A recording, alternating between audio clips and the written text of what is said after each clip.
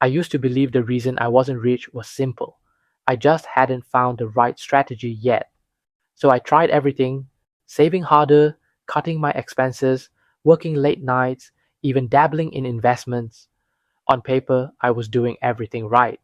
But no matter what I did, my bank account told the same story. Stuck. That's when I realized something most people never see. I wasn't losing to money. I was losing to myself. And that's the real reason most people aren't rich yet.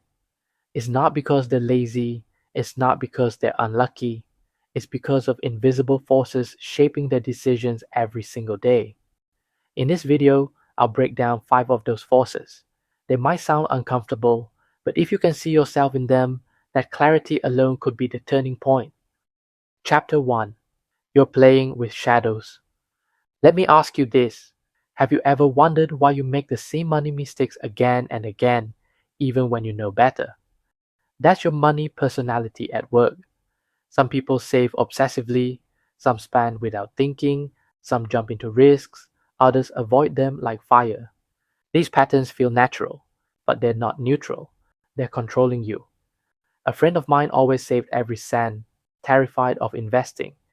He felt safe, but years later his savings barely kept up with inflation. Another friend took the opposite path, chasing every hot stock and crypto trend. He looked bold, but ended up broke. Both thought they were being smart, both were just trapped in their shadows. You don't control your shadow until you bring it to light, and if you don't, it will keep steering your money long after you think you've made a conscious choice. Chapter 2. You're carrying someone else's story. Here's a question people rarely ask. Whose story about money are you really living? If you grew up poor, maybe you learned that survival was the only goal. If you saw your parents argue about money, maybe you learned to fear it. If your family said rich people are greedy, maybe you still feel guilty about wanting more. I once coached someone who earned well, but no matter what, she couldn't hold on to money. Why? Because deep down, she believed wealth made her selfish. That belief didn't come from her, it came from her family. Most of your beliefs about money were never chosen, they were inherited, and if you never question them, you'll spend your life repeating someone else's script instead of writing your own. If you don't rewrite the story, you'll stay stuck in the one you were handed. Chapter 3. You're chasing speed, not direction. Now let's talk about income. Most people think if I just earn more, I'll be fine. So they chase promotions, bigger paychecks, new side hustles. And yes, income rises.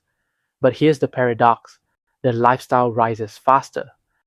I know people who doubled their salary, yet they still feel broke. Why? Because the car got bigger, the house got nicer, the holidays got fancier. More money, same treadmill. It's like driving a sports car at full speed, in circles. You feel powerful, but you're still lost. Income is not wealth. Speed is not direction. Wealth begins when you stop asking, how fast am I going? And start asking, am I even on the right road? Chapter 4. You run from discomfort. Here's a truth most people avoid.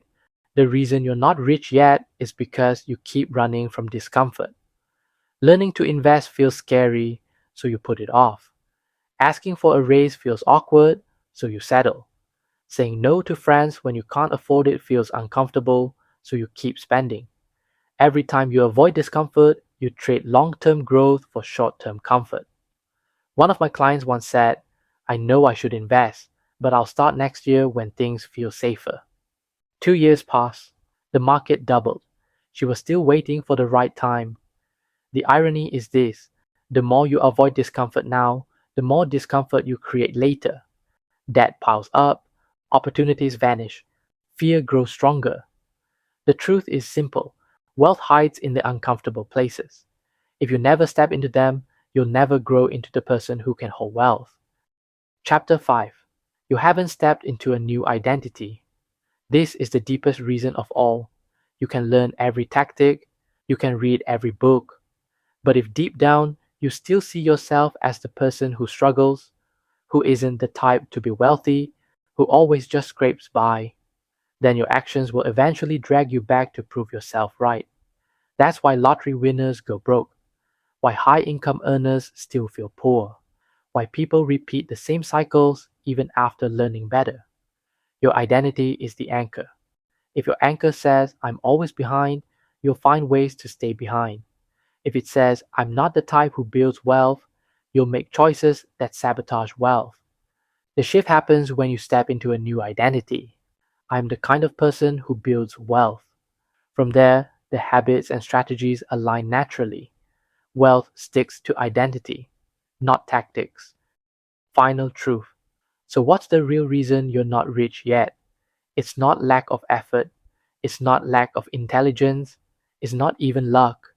It's because you've been playing with shadows you can't see, carrying stories that were never yours, chasing speed instead of direction, running from discomfort, and living in an identity that keeps you small. The good news is this: once you see it, you can change it. But here's the catch: the mirror never lies.